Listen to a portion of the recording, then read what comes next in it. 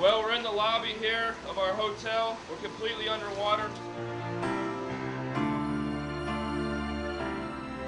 So I ask Americans to open their hearts and their wallets to help those in need.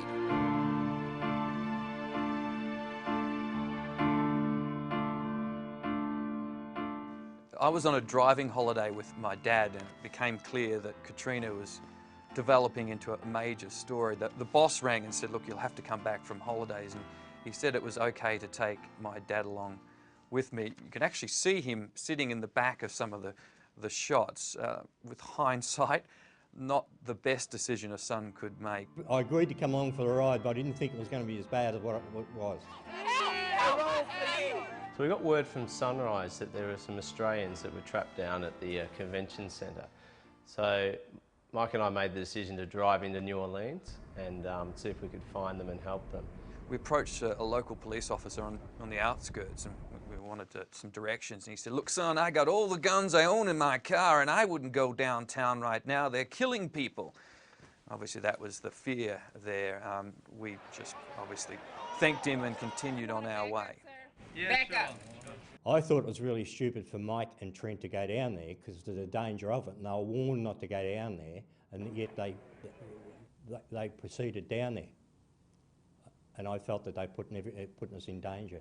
As we started to get closer to downtown, the place was a mess. There was trees down, there was power lines all over the place. There was people running around the streets and looked like gangs.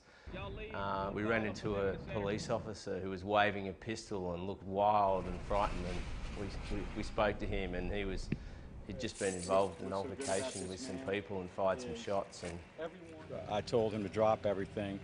He took his weapon out and he ran. The scene at the convention centre was one of just absolute human despair.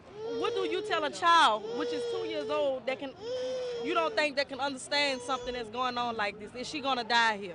I'll never forget their faces. These are people that had been abandoned by their countrymen, the elderly, people who were very sick, some perhaps dying. There were children there. We saw at least 2 bodies, one in a wheelchair near a large garbage dumpster. We had just been informed that a child has passed back there. We went up an escalator and found the Australians, and they were in with a group of people, and they were initially excited to see us, but then also extremely frightened of what might happen if we helped them. It's terrific. It's a battle zone. There's shootings, there's dead bodies in the street. No power, there's no water. We've set up portable loos. We've got 3 dead bodies, 5 dead bodies down there. It was getting dark there then, and we, to be honest, didn't have anywhere that we were going to stay that night. So we made the decision that it was probably safer that they spent one more night there and we would come back and get them in the morning. We've been warned not to leave this area, which is heavily guarded, and we were told to be off the streets well before nightfall. In the middle of the night, there was this huge explosion when a chemical plant exploded across the other side of the harbour. Now, at that point, all the security, all the police took off and were heading out of the city because, they wanted to get out of there. But we'd promised the Australians we'd come back, so we had to stay. I thought the whole place was going to blow up. I thought we were finished. The vehicle rocked. Well, that next morning we went back to the convention centre. We had an off-duty police officer. He had a weapon, and he actually gave me a weapon to put in the back pocket of the seat. It's just really, really bad. Yeah, well, we'll get you out of here. I think they were pretty relieved to see us again. There were tears, there was excitement. There was some cheering from other people that we were there to help.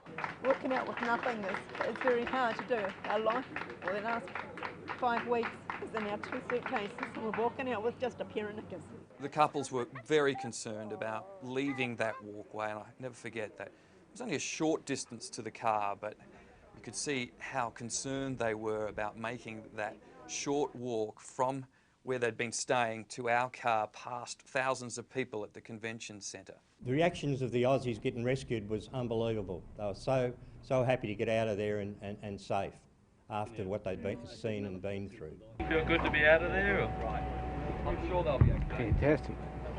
And we heard of another couple, a couple from Perth, who were staying at the front of their hotel. They basically been pushed out the front door. I haven't heard anything from the Australian government, and certainly no cooperation. As we're trying to get them into the car, these 2 police officers came across and grabbed Trent and I by the scruff of our necks and started jumper punching us. And a police officer came up and started roughing up Mike, and I thought, he's going to shoot Mike. they were angry that we were taking two foreign tourists out of the city but leaving others, and they were fearful that they would bear the brunt of their anger. It still sort of shocks me what went on there and what happened.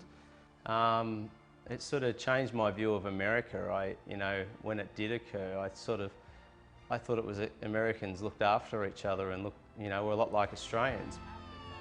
What would you do? What I saw was, a country not looking after its people that, took too long to react, and, the result was a lot of people died that probably shouldn't have. By far the worst thing I've ever seen.